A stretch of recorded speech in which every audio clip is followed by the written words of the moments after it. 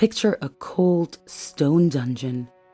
A frail old man, with his precious telescope smashed at his feet, gasps his last breath, while tormented priests leer in the torchlight.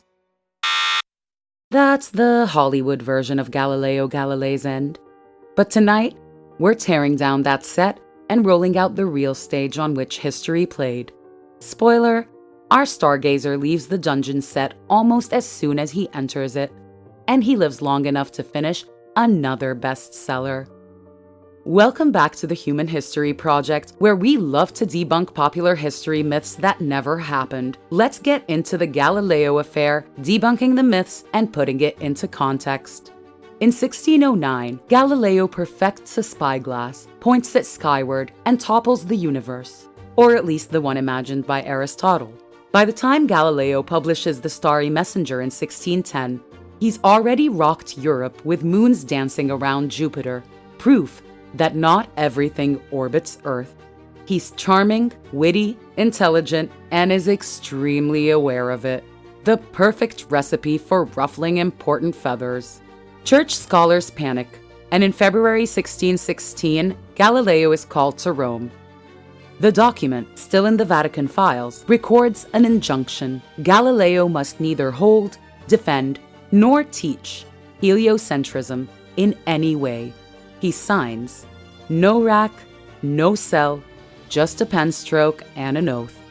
Fast forward 7 quiet years, Galileo's old admirer, Cardinal Maffeo Barberini, becomes Pope Urban VIII.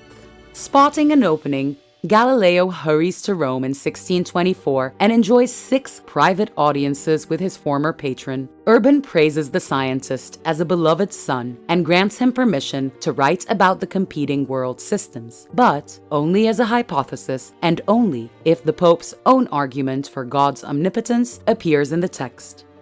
Moving on to 1632, at 68, Galileo drops his big paperback Punch, dialogue concerning the 2 chief world systems, arguing, not always politely, that the sun sits in the middle of everything. Unfortunately, one of his punchlines puts Pope Urban VIII in the role of a slow thinker. Bad move, Signor Galilei. The book featured 3 debaters, Salviati, Sagredo, and Simplicio, named after the Latin for simple-minded. Care to guess which one spouts the Pope's argument?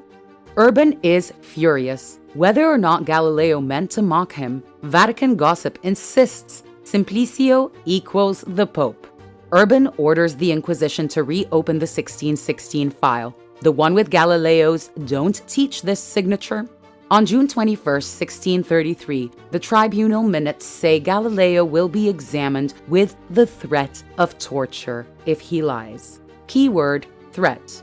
1633 church rules exempt the elderly from physical torment, and Galileo is 70. One morning of questioning, no ropes, no wheels, and he's escorted back to a furnished room with dinner and bedding.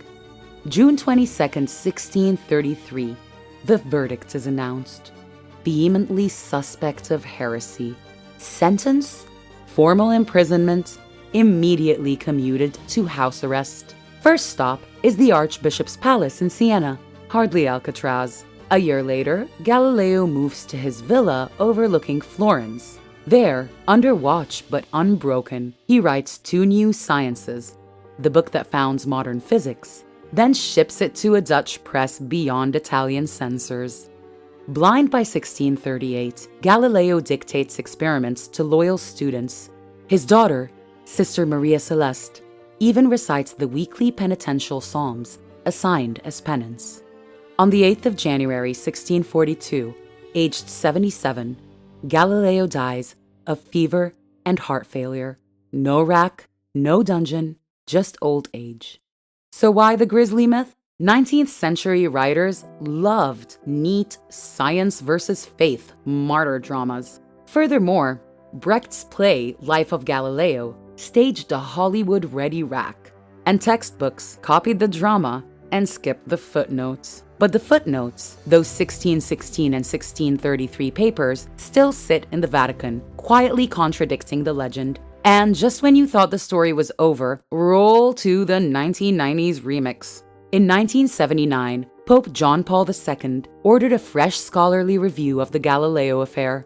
13 years later, on the 31st of October 1992, he stood before the Pontifical Academy of Sciences and announced the verdict. He called the 1633 condemnation a tragic mutual incomprehension. He acknowledged the errors of the Church and said the case now belonged to the past. Translation for kids: Galileo finally got an official not guilty sticker. So next time you gaze through a telescope, remember, you're looking at the same stars Galileo loved, minus the dungeon drama. History can get it wrong for a long time, but the universe is patient.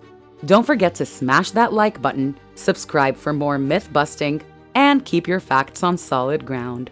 See you in the next one.